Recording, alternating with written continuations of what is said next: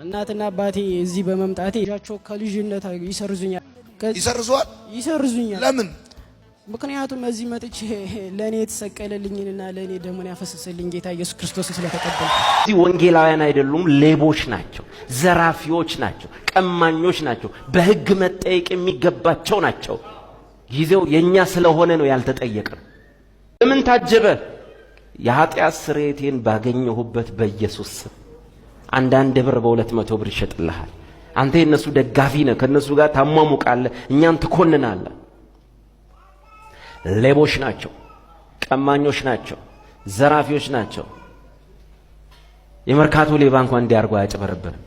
የመርካቶ ሌባ በኢየሱስ ስም አይሰርቅም፣ በራሱ ስም ነው የሚሰርቀው። ከተያዘም ራሱ ሂሳቡን ይከፍላል፣ ከተደበደበም ራሱን። በኢየሱስ ስም አይሰርቅም።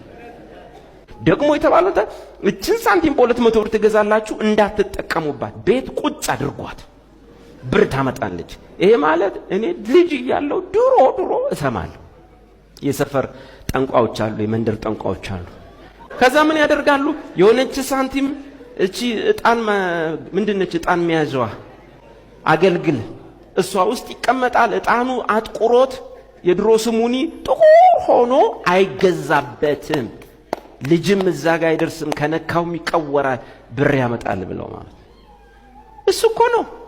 ስብከቱ መሬታዊ፣ ትንቢቱ መሬታዊ።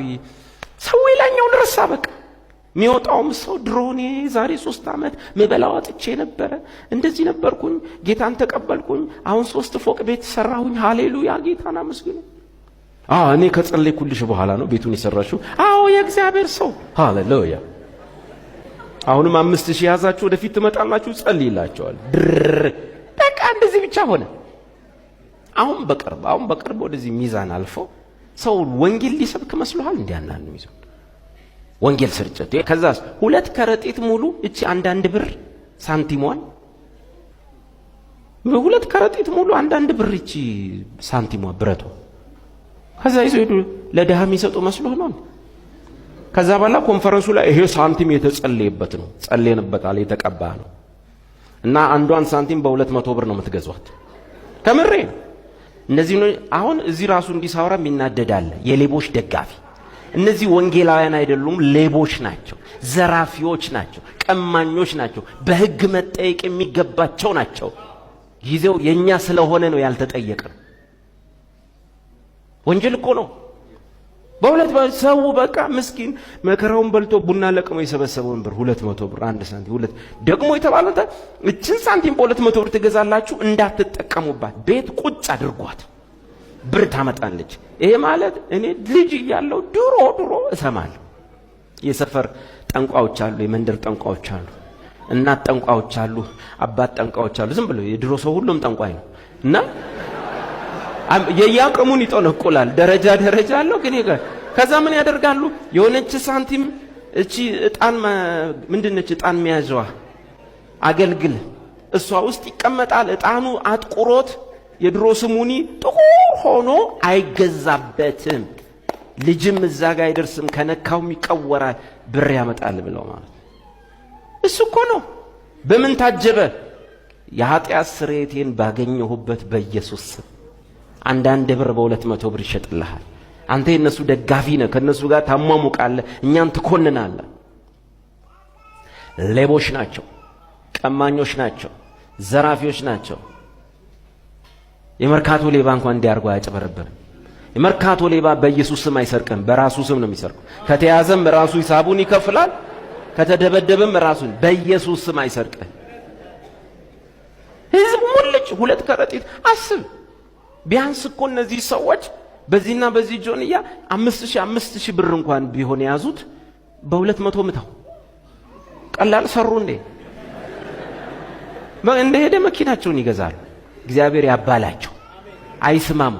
ድሮም ሌባ ሲሰርቅ ነው የሚስማማ፣ ሲከፋፈል መጣላቱ አይቀር። ያጣላቸው እግዚአብሔር እውነት ግፍ። ከዛ በኋላ ነግሬያቸዋለሁ። ይሄን አሜት መቼ ነው? ከዛ እውነቴን እኮ ነው እላቸው። ከዛ ከዚህ ይዞ የሄደው ልጅ ይሄ ድምጽ መሳሪያውን ይዞ ሄደው ኦርቶዶክስ ነው። እዛ ቁጭ ብሎ ይሄን ጉድ ሚያው እግዚአብሔር ይርዳው። እንዴት ወደ ወንጌል እንደሚመጣ አላውቅም። ከዛ በኋላ ሳንቲሙ አለቀ። የተንጠባጠቡ እናቶች ፕሮግራም ሊያልቅ አካባቢ ብር ይዘው መጥተው የለም የቀረ ሳንቲም የለም ሲሉ ልጁ ዞር ዞር አለና 2 ሳንቲም ከኪሱ አውጥቶ እዛቹ ሸቀለ ማለት ነው። ይሄ ልጅ ቤቱ ሲገባ ምን እንደሚያስብ አሃ ጴንጤ ለካ እንደዚህች ነው በቃ አንዷን በ200 ጌታ ሆይ እኔንም እነሱንም ምሕረት አድርግልኝ። ኧረ ያስፈራል። በኢየሱስ ከባድ ነው። ይቅርታ አድርግልን፣ ምሕረት አድርግልን። እናትና አባቴ እዚህ በመምጣቴ ልጃቸው ከልጅነት ይሰርዙኛል። ለምን? ምክንያቱም እዚህ መጥቼ ለኔ የተሰቀለልኝንና ለኔ ደሙን ያፈሰሰልኝ ጌታ ኢየሱስ ክርስቶስ ስለተቀበልኩ። ወይ ጉድ! የዚህ የዮናታን አክሊሉ ጉድ አያልቅም መቼም ድራማው። ጌታዬን ስለተቀበልኩ ከቤተሰብነት ይሰርዙኛል ወላጆቼ አለ።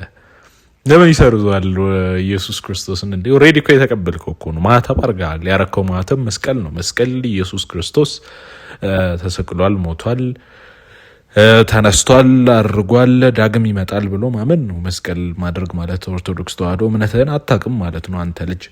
ግን ችግሩ እንደዛ እንዳንል ደግሞ እነሱ እዛ ጋር እየሰሩት ያለው ድራማ ምንድን ነው? ወይ የማያውቁ ሰዎችን ነው የሚወስዱት፣ ወይ ደግሞ ራሳቸው ጴንጤ ሆነው ሰዎቹ ብዙ ጊዜ እኮ ተጋልጧል እኮ የራሱ እምነት ተከታዮች ጴንጤዎች ራሱ ዲስጋ ዮናታን አክሊሉን አጋልጠውታል ብዙ ጊዜ ማለት ነው። እንደሚዋሽ እንደሚያጭበረብር ያለውን ነገር እንደሆነ እንደሚያደርግ ድራማ እንደሚሰራ መድረኩ ላይ እና አቤላ ቡናን ምናምን ገብታችሁ ተከታተሉ። ብዙ ከዮናታን አክሊሉ ጋር አይስማሙም። አሁን አቤላ ቡና ምናምን የዚህ ምክንያቱ ማታለል ስላለው ነው። ዮናታን አክሊሉ ብዙ ጊዜ ያታላል። መስቀል አስደርጓቸው የራሱን የጴንጤ እምነት ተከታዮች መድረክ ላይ ያወጣ ምስክርነት ሰጡ፣ ወደ ጌታን ተቀበሉ ምናምን እያለ ጌታን ኦሬዲ እንደማያውቁ አድርጎ አስመስሎ የሚያቀርባቸው ነገሮች አሉ። ዲስ ጋይ ዮናታን አክሊሉና አዲስ ነገር አይደለም እዚህ ጋር ሲያታለል። ይሄ ልጅ አሁን አቀረበው እዛ ጋር መድረክ ላይ ስለተቀበልኩ ኢየሱስን ለዛ ነው ቤተሰቦቼ የማይቀበሉኝ የሚል የሌለ እኮ በጣም ይገርመኛል። አንዳንዴ ደግሞ ሰው ያምናቸዋል። በጌታ ማመን ማለት ጴንጤ መሆን አድርጎ የሚያይ ብዙ ሰው አለ። ሞኝ ሰው ማለት በጣም የሚገርማችሁ እንዴ ኢየሱስ ክርስቶስን ከኦርቶዶክስ ላይ ልታቀው ነው። 16ኛው ክፍለ ዘመን የመጣ እምነት ኢየሱስ ክርስቶስን ከኦርቶዶክስ ተዋህዶ ቤተክርስቲያን በላይ ሊያቀው ማለት ነው። ኢማጂን በዚህ ልክ የማታለል ስራ የሚሰሩበት ሁኔታ ነው ያለው። ይሄ ልጅ መስተፋቀር ውስጥ ምናምን ነበርኩ ምናምን አለኮ ይሄ ልጅ እና ጥንቆላ ውስጥ ምናምን ገባ ብለሃለች ቤተክርስቲያን። ወደ ቤተክርስቲያን ወደ ኦርቶዶክስ ተዋህዶ ቤተክርስቲያን ብትቀርብ እነዚህ ነገሮች አይርቁልህም። ጀስት ትርጉም የማይሰጡ እሳቤዎች ናቸው እዚህ ጋር የሚያራምዷቸውና ኦብቪየስሊ ማታለል ስራ ነው እየሰሩ ያሉት። ስለዚህ ብዙ ሰው ደግሞ እኔ አሁንም ድረስ መታለሉ መምህር ምህረተአብ አሰፋ እኮ በደንብ እኮ አጋለጧቸው እኮ እነዚህን ሰዎች በደንብ አድርገው ግልጥ አድርገው እኮ አሳዩን እኮ ምን ያህል አይነት ማታለል ስራ እንደሚሰሩ። ከራሳቸው እምነት ተከታዮች እንኳን ትክክለኛ ንግግር እንደማይናገሩ እነ አቤላ ቡና እኮ በደንብ እኮ ገልጠው እኮ አወረዷቸው እኮ። ይሄ ሁሉ ከሆነ በኋላ ዛሬም የሚታለል ሰው ካለ እንግዲህ እግዚአብሔር ይሁነው ነው ምንም ምንም አላዋቂ ነው ማለት ነው። ግን ካገኙ የማያቅ ሰው ይዘው መተው ገንዘብ ከፍለው ምን ብለው መድረክ ላይ አውጥተው ይሄን ነገር ያደርጋሉ። ካላገኙ ደግሞ የራሳቸውን ሰው መስቀል አስደርገው መድረክ ላይ አውጥተው እንደዚህ አይነት ንግግሮችን ያስደርጋሉ ማለት ነው።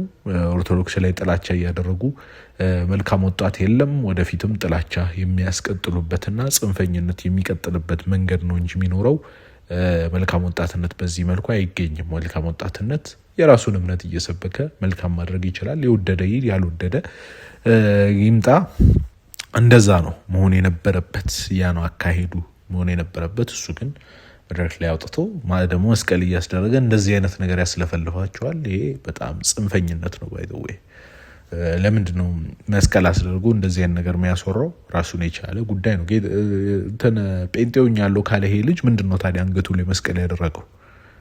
ማለት አላማው ምንድነው? ሆኖ ቢሆን ኖሮማ ዲስ ጋይ መስቀል አያረግም ነበር ማለት በእነሱ ናሬሽን እንኳን ብናየው ይሄን ያደረገበት ምክንያት ሆን ብሎ ኦርቶዶክስ ነበርኩ አሁን ጌታን ስቀበል መልካም ልጅ ሆንኩ የሚል ተረት ለመስራት ነውና አቦ አታጭበርብሩ ለማለት ነው። እና እናመሰግናለን። ያን ነው። ምን ትላላችሁ እናንተ? ኮሜንት ላይ አስቀምጡልኝ።